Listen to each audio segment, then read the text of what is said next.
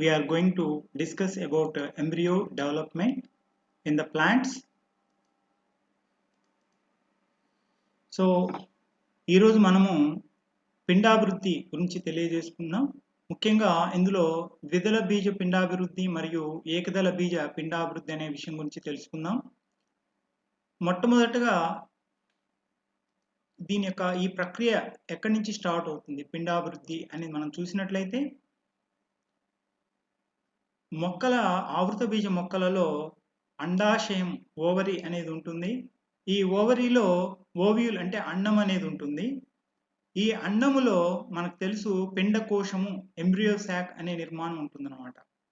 ఈ పిండకోశము లేక దీన్నే స్త్రీ సంయోగ బీజము అంటారు. మనం ఇంతకుముందు చెప్పుకున్నాం, ఇది పుష్పం యొక్క నిర్మాణం, the structure of the flower, and this is the ovary and this is the structure of the ovule which is located in the ovary. ఇది అండకోశం అంటాం కదా, ఈ అండకోశం లోపల ఇది కింద కింద ఉండే భాగాన్ని అండాశయం అంటారు, ఎందుకంటే ఇందులో అండాలు ఉంటాయి అన్నమాట. So ovules are located in the ovary. When you see the structure of the ovule here we find the micropyle and surrounded by the two integuments here and the central nucellus, and there is a megaspore mother cell at the center. మనం ఇంతకు ముందు చెప్పుకున్నట్లుగా అండం యొక్క నిర్మాణంలో బయట వైపు రెండు అండకవచాలు ఉంటాయి, మధ్య భాగంలో అండాంతః కణజాలం ఉంటుంది ద్వైస్థికంగా, అదేవిధంగా పై భాగంలో అండద్వారం అనేది ఉంటుంది. ఇక్కడ స్థూల సిద్ధ బీజ మాతృకణం megaspore mother cell is formed from the diploid nucellus. So one of the cells is modified as a megaspore mother cell. This diploid cell undergoes meiotic division to form the megaspore tetrad, and out of the four, one is the functional remain degenerates. So the functional megaspore, it undergoes successive mitotic divisions, 3 successive mitotic divisions. Finally it forms 8 nuclei, 4 each at the polar. So ఇక్కడ మనము ఈ ఇంతకుముందే చెప్పుకున్నాం అండం యొక్క నిర్మాణం. అండాన్ని ఆవరించి రెండు అండకవచాలు ఉంటాయి, మధ్యలో చూసినట్లయితే ద్వైస్థికంగా ఉండే అండాంత కణజాలం ఉంటుంది, ఇది అండద్వారం వైపు. మధ్య భాగంలో ఒక స్థూల సిద్ధబీజ మాతృకణం అనేది ఉండి, అది ద్వైస్థికంగా ఉన్న మాతృకణము క్షయక విభజన చెందడం వల్ల ఏకస్థితికంగా ఉండే 4 స్థూల సిద్ధ బీజాలు ఏర్పడతాయని చెప్పుకున్నాం. ఈ 4 అండద్వారం వైపు ఉన్నది ఒకటి ఇక్కడ మనం చూస్తున్నాం, ఒకటి ఫంక్షనల్ గా ఉంది, ఒకటి క్రియాత్మకంగా ఉంది, మిగతా 3 క్షీణించాయి.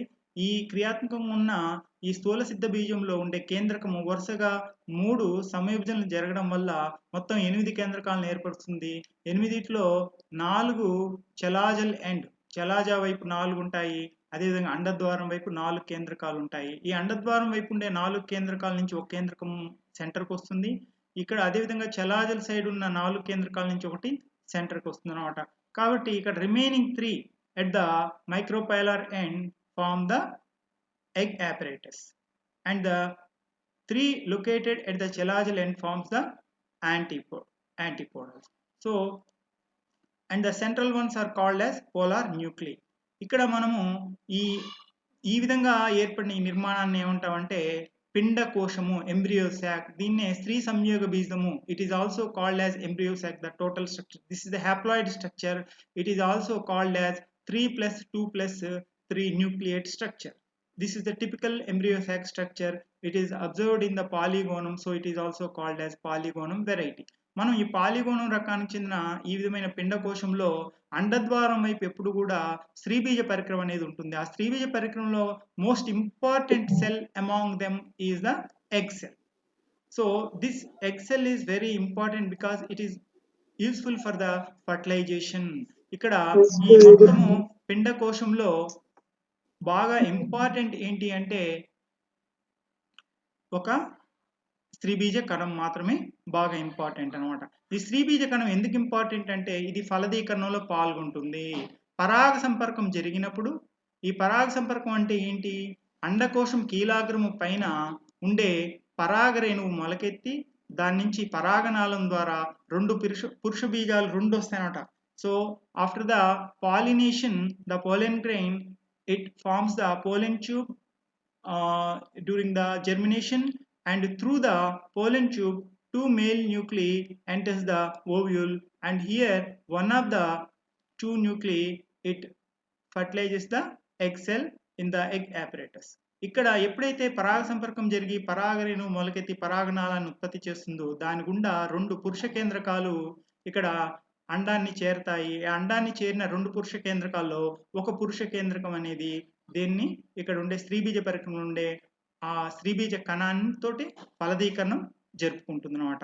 ఈ విధంగా ఈ మధ్యలో ఉండే అండద్వారం వైపు ఉండే ఈ స్త్రీబీజ కణంతో ఫలదీకరణం జరిగిన తర్వాత ద్వయస్థితికంగా ఉండే ఒక సంయుక్త బీజం అనేది ఏర్పడుతుంది.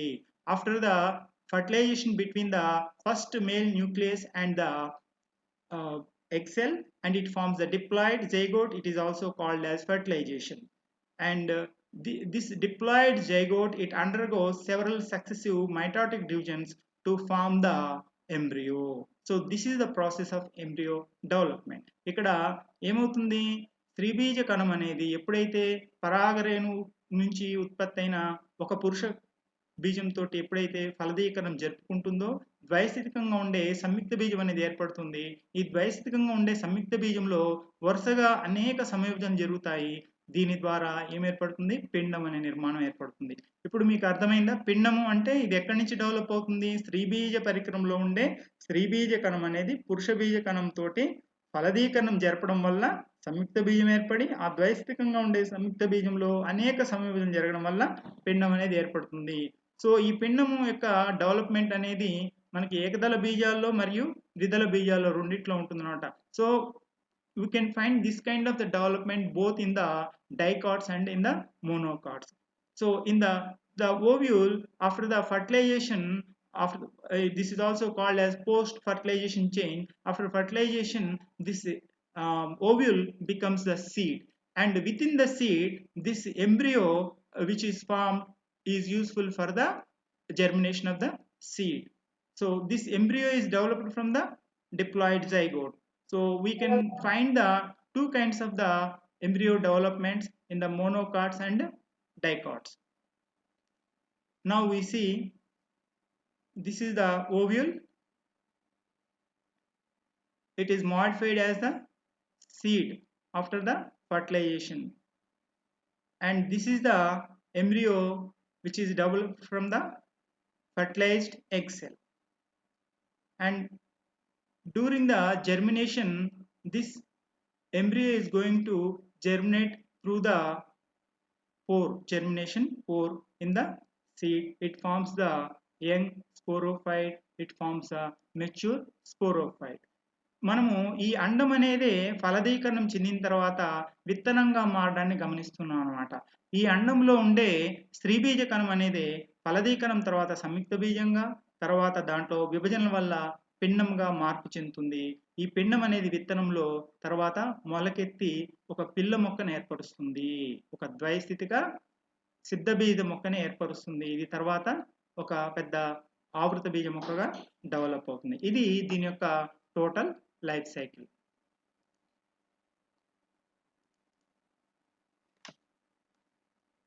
So here we see two different kinds of the embryos. This is called dicot embryo and this is called monocot embryo. ఇక్కడ మనకి ద్విదళ బీజాల్లో ఉండే పిండాన్ని చూస్తున్నాము. ఇది ఏకదళ బీజాల్లో ఉండే పిండం అన్నమాట. దీని యొక్క నిర్మాణాన్ని చూసినట్లయితే ద్విదళ బీజంలో ఇక్కడ కింది భాగంలో ద్విదళ బీజం యొక్క పిండం యొక్క నిర్మాణాన్ని పరిశీలిస్తే కింది భాగంలో ఉండేదాన్ని రాడికిల్ అంటారు, అంటే ప్రథమ మూలము. అదేవిధంగా రూట్ క్యాప్, ఇది వేరుకుండే తొడుగు, వేరు తొడుగు. So this is radicle and this is the root cap. This is the hypocotyl, దీన్నే అదో బీజ దళము అంటారు అనమాట. అదేవిధంగా ఇక్కడ మనం చూస్తున్నాం ప్లూమ్యూల్, ఇది ప్రథమ కాండం. దీని నుంచి ప్రకాండ ఉత్పత్తి జరుగుతుంది, దీని నుంచి వేరు ఉత్పత్తి జరుగుతుంది, దీని నుంచి ప్రకాండ ఉత్పత్తి అంటే పత్రాలు, అదేవిధంగా కాండ వ్యవస్థ అనేది ప్రకాండ వ్యవస్థ అనేది ఉత్పత్తి అవుతుంది అనమాట. ఈ రెండింటిని కూడా these two are cotyledons. So due to the presence of the two cotyledons in the embryo of the dicots, it is called as dicots. Just name itself indicating that there are two cotyledons. So these are the two cotyledons present in the embryo of the dicots. So ఈ విధంగా రెండు బీజదళాలు ఉంటాయి. అదేవిధంగా దీన్ని ఇక్కడ ఇది ప్రకాండ ఉత్పత్తికి పనికొస్తుంది అనమాట. Cotyledons and plumule it forms the shoot system. అదేవిధంగా మనము మోనోకాట్ ఎంబ్రియో స్ట్రక్చర్ని చూసినట్లయితే, ఏకదళ బీజం యొక్క పిండాన్ని పరిశీలించినట్లయితే there is a single cotyledon, so it is called as monocot. And ఇక్కడ మనము కింది భాగంలో చూసినట్టు రాడికల్ అనేది ఉంటుంది, అంటే దీన్ని ప్రథమ మూలం అని కూడా అంటారు, అంటే వేరు వ్యవస్థ అనేది ఇక్కడ నుంచి డెవలప్ అవుతుంది. అదేవిధంగా ఇక్కడ ప్లూమ్యూల్ ఇది ప్రకాండ వ్యవస్థని ఉత్పత్తి చేస్తుంది. సో ఈ రెండు కూడా మనము గుర్తుంచుకోవాలి దీని యొక్క structures, dicot embryo and the monocot embryo. Now we are going to see the developmental stages of the dicot embryo. ఇక్కడ మనం ఇంతకుముందు చెప్పుకున్నట్లుగా ఎగ్ సెల్ అనేది ఫర్టిలైజేషన్ తర్వాత జైగోట్ గా మార్పు చెందుతుంది. ఎగ్ సెల్ అనేది హ్యాప్లాయిడ్. అదేవిధంగా మేల్ న్యూక్లియస్ ఏదైతే ఉందో అది పాలిన్ గ్రెయిన్ యొక్క పాలిన్ ట్యూబ్ ద్వారా వచ్చిన మేల్ న్యూక్లియస్ కూడా హ్యాప్లాయిడ్. ఆ రెండు కలవడం వల్ల ఏర్పడేది సంయుక్త బీజము. ఇది ద్వైశితిక సంయుక్త బీజము.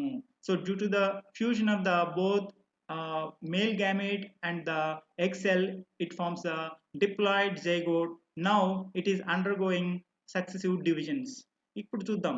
మొదటి డివిజన్ వల్ల కింది భాగంలో ఒక కణం ఏర్పడుతుంది.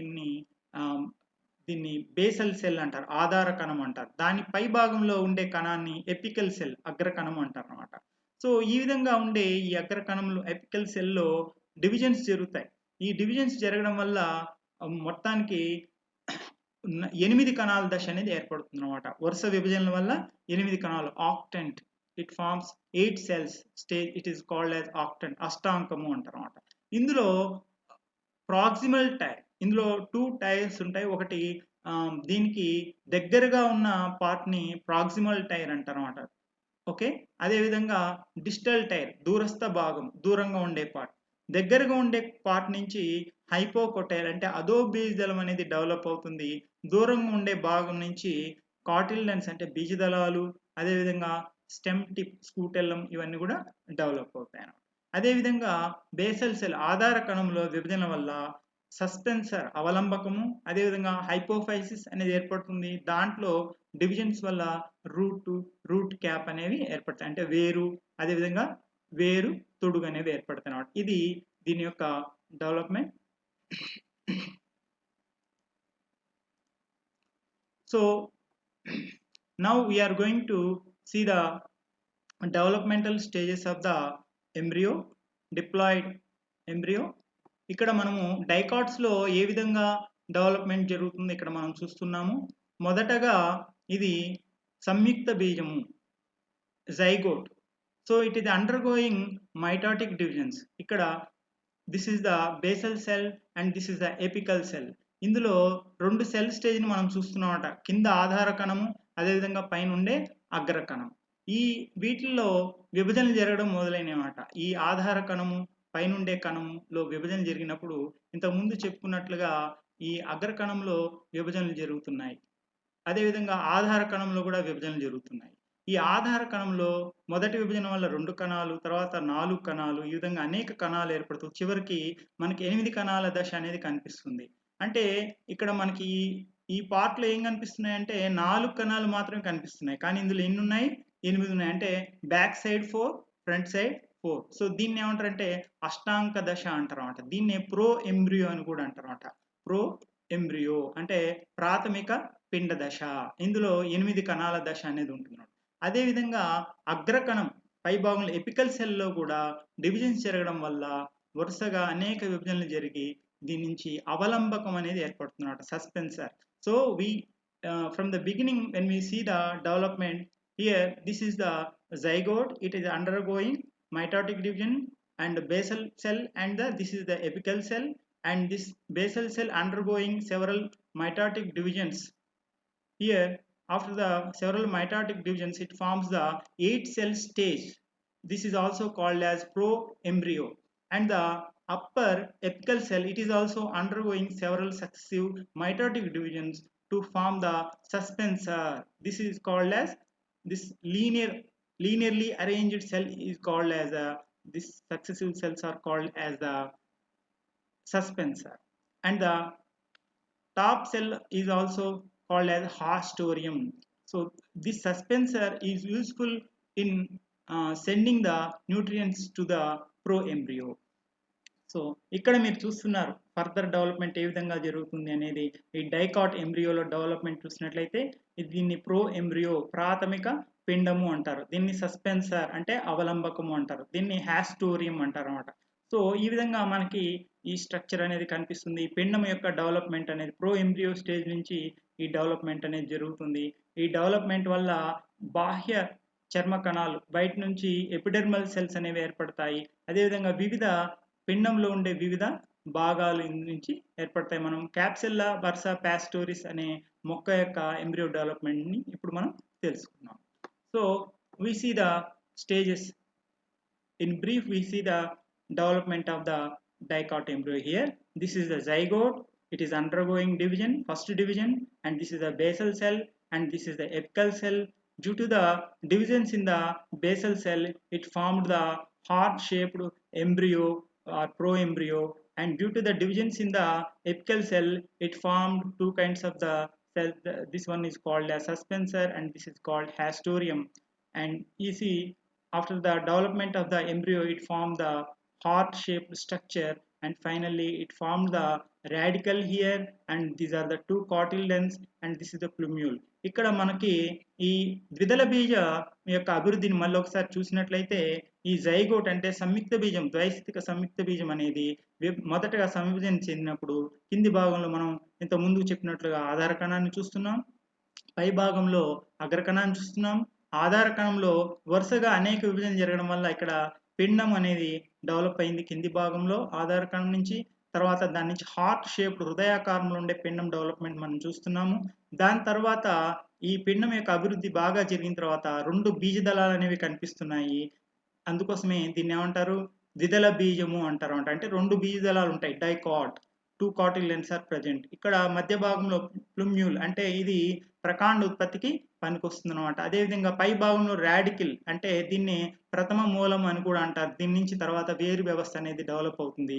తర్వాత ఈ ఇంతకుముందు చెప్పినట్లుగా అగ్రకణాన్ని చూసినట్లయితే దీంట్లో వరుసగా విభజన జరగడం వల్ల వరుసగా నిలువుగా ఉన్న కణాలు ఉంటాయి, దీన్ని అవలంబకం అంటారు.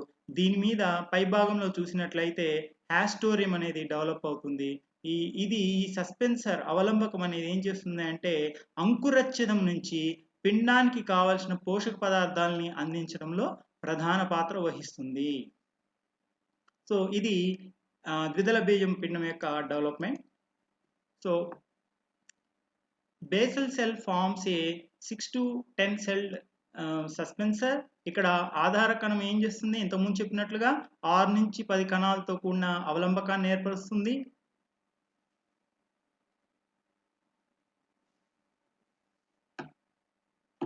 సో మనం ఇక్కడ ఈ బేసల్ సెల్ అనేది 6 to 10 సెల్డ్ సస్పెన్సర్ని అవలంబకాన్ని ఏర్పరిచింది.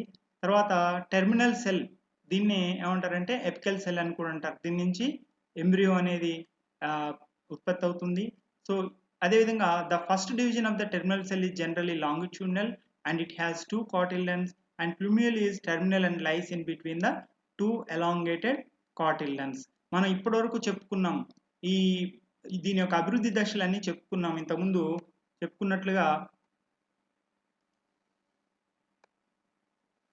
ఇక్కడ దీని యొక్క డెవలప్మెంట్లో ఈ ఆధార కణం నుంచి ఎంబ్రియో డెవలప్మెంట్ ఏ విధంగా జరిగింది, తర్వాత సస్పెన్సర్ ఏ విధంగా డెవలప్ అయింది, హ్యాస్టోరియం, దీనంతా కూడా మళ్ళీ ఇంతకుముందు మనం చెప్పుకున్నాం. Apical cell and basal cell. Zygote is divided into apical cell and basal cell. అగ్రకణము మరియు ఆధార కణం. అగ్రకణం నుంచి అష్టాంకము అనేది ఆక్టెంట్ అనేది డెవలప్ అయింది.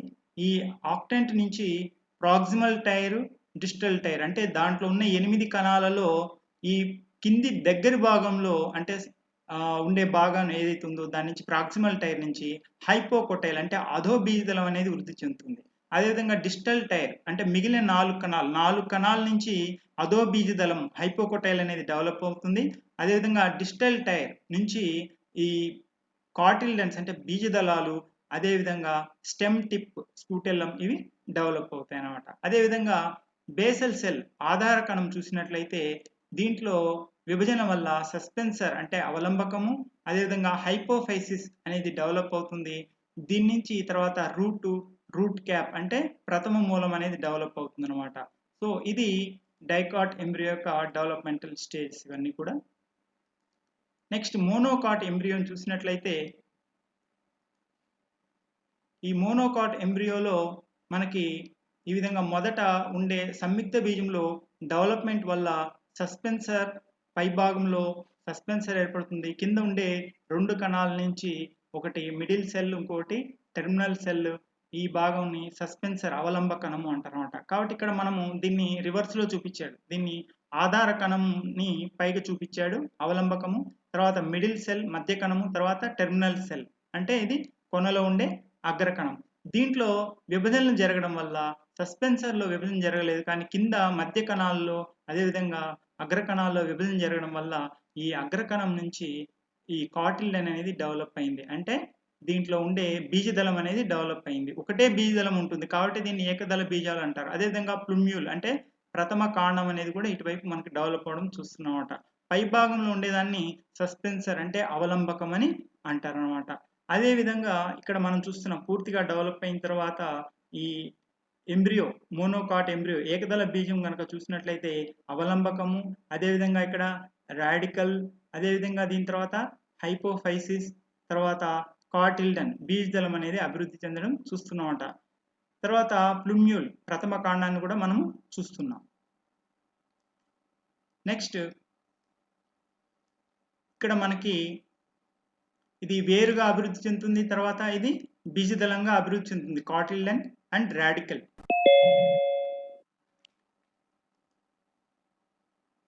So these are the developmental stages of the monocot embryo.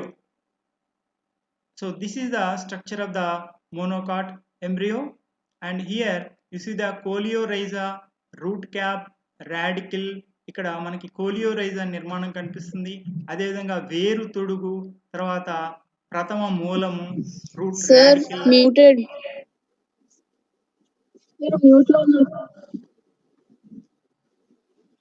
Sir, your video is on mute.